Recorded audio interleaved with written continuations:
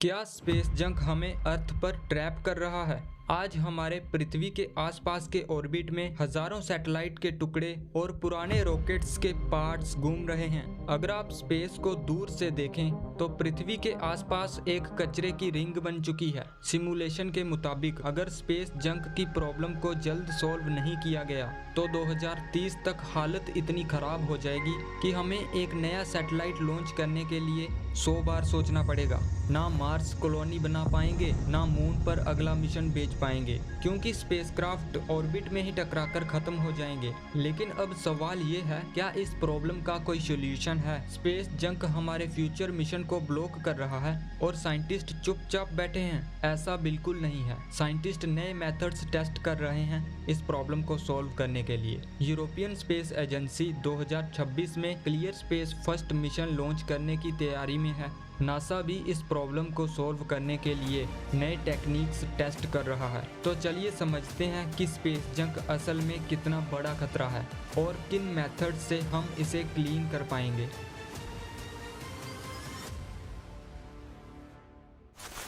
साल 1957 में Soviet union ने दुनिया का पहला सैटेलाइट स्पुतनिक 1 स्पेस में भेजा था और तब से लेकर आज तक लगभग 21,000 सैटेलाइट लॉन्च किए जा चुके हैं। लेकिन इनमें से सिर्फ 11,700 सैटेलाइट एक्टिव हैं। बाकी सब डेड सैटेलाइट बन चुके हैं और अब वही सब स्पेस जंक का हिस्सा हैं। हर रॉकेट लॉन्च के बाद कुछ पार्ट्स ऑर्बिट में छोड़ दिए जाते हैं और जब कोई ऑब्जेक्ट किसी दूसरे ऑब्जेक्ट से टकराता है तो और छोटे डिब्रीज बन जाते हैं। ये चेन रिएक्शन स्पेस जंक को हर दिन बढ़ा रहा है। ईएसए की रिपोर्ट के मुताबिक अब तक 40,000 से ज्यादा ऑब्जेक्ट्स स्पेस में ट्रैक किए गए हैं और ये सिर्फ वो हैं जो 10 सेंटीमीटर से बड़े हैं। उससे छोटे मिलियंस में पीसेस स्पेस में घूम रहे हैं। ये इतना कचरा है। इमेजिन करो कि आप एक फुटबॉल स्टेडियम के सेंटर में खड़े हो और आसपास हर एक चेयर स्पेस डिब्री है। अगर आप सोच रहे हो कि इतने छोटे ऑब्जेक्ट से क्या प्रॉब्लम होगा,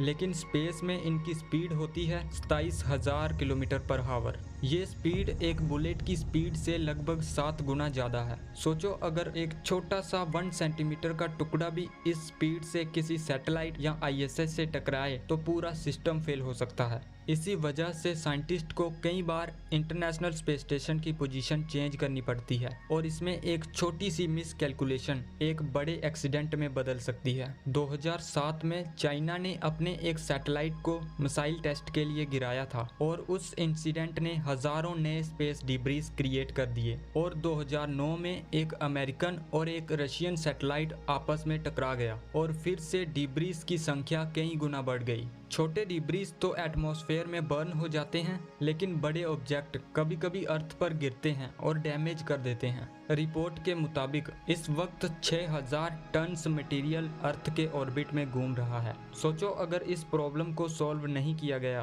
तो एक दिन ऐसा भी आएगा जब हमें सैटेलाइट लॉन्च करना बंद करना पड़ेगा और बिना सैटेलाइट के communication, GPS, weather forecasting, space missions सब कुछ रुक जाएगा। अब हमने ये तो समझ लिया कि स्पेस डिब्रीज हमारे लिए कितनी बड़ी प्रॉब्लम है, लेकिन क्वेश्चन ये है, इसका सॉल्यूशन क्या है? साइंटिस्ट कौन से तरीके अपना रहे हैं? चलिए समझते हैं। स्पेस जंक को क्लीन करने के लिए 3 लेवल्स हैं। स्टार्ट करते हैं लेवल फर्स्ट से। लेवल फर्स्ट में पहला स्टेप है नए डिब्रीज को ऑर्बिट में जाने से रोकना। इसके लिए हमें ऐसे रॉकेट्स चाहिए जो रीयूज हो सकें। फॉर एग्जांपल स्पेसएक्स का फैल्कन 9, जिसके बूस्टर्स कंट्रोल के साथ वापस लैंड करते हैं और फिर से यूज होते हैं। ये डिज़ाइन अब बाकी कंट्रीज भी फॉलो कर रही हैं, लेकिन एक सैटेलाइट को अलग अलग स्टेजेस में लॉन्च किया जाता है। फर्स्ट स्टेज का सॉल्यूशन तो मिल गया, लेकिन बाकी स्टेजेस का मटेरियल स्पेस में ही छोड़ दिया जाता है। इसीलिए हमें फ्यूचर में ऐसे रॉकेट्स डिजाइन करने होंगे जो 100% रीयूज हो सकें। स्पेसएक्स अपना स्टारशिप रॉकेट डिजाइन कर रहा है जो 100% रीयूजेबल होगा। दूसरा स्टेप है सैटेलाइट की लाइफ खत्म होते ही उसे डी ऑर्बिट करके एटमॉस्फेयर में जला देना। इससे नए डिब्रीज क्रिएट नहीं होंगे। अब क्वेश्चन ये है, जो डिब्रीज ऑलरेडी ऑर्बिट में घूम रहे हैं उसका क्या? साइंटिस्ट इसके लिए अलग अलग मेथड्स टेस्ट कर रहे हैं, जिनमें से 4 पॉपुलर मेथड्स हैं। पहला है हार्पोन्स मेथड। एक स्पेसक्राफ्ट स्पेस में जाकर डेड सैटेलाइट्स को हार्पोन से पकड़ेगा और खींचकर एटमॉस्फेयर में गिरा देगा। दूसरा मेथड है रोबोटिक आर्म्स। एक स्पेसक्राफ्ट रोबोटिक आर्म से डिब्रीज को पकड़ेगा और ऑर्बिट से बाहर निकाल देगा। इस मेथड को ईएसए यूज कर रहा है, जो 2026 में अपना मिशन लॉन्च करेगा। तीसरा मेथड है नेट्स को यूज करना। एक जाल फेंक कर बड़े डिब्रीज को पकड़ना और फिर एटमॉस्फेयर में गिरा देना। फोर्थ मेथड है लेजर का यूज करना। ग्राउंड बेस्ड या स्पेस बेस्ड लेजर बीम से डिब्रीज की स्पीड स्लो करना, ताकि वो ऑर्बिट से गिरकर बर्न हो जाएं। यहाँ पर नोट करने वाली बात यह है कि लेजर से डिब्रीज को डिस्ट्रॉय नहीं किया जाएगा, वरना और छोटे पीसेस बन जाएंगे। हर मेथड की लिमिटेशन है, लेकिन ये सभी एक्सपेरिमेंट्स ग्रेजुअली टेस्ट हो रहे हैं। लेवल 3 है ट्रैकिंग सिस्टम। अभी के ट्रैकिंग सिस्टम सिर्फ 10 सेंटीमीटर से बड़े ऑब्जेक्ट्स को डिटेक्ट कर सकते हैं, लेकिन हमें ऐसी एडवांस्ड टेक्नोलॉजी चाहिए जो 1 सेंटीमीटर से भी छोटे डिब्रीज को एक्यूरेटली ट्रैक कर सके। फ्यूचर ट्रैकिंग नेटवर्क्स और एआई बेस्ड सिस्टम हमें एग्जैक्ट कोलिजन प्रिडिक्शंस देंगे, ताकि हम टाइमली एक्शन ले सकें।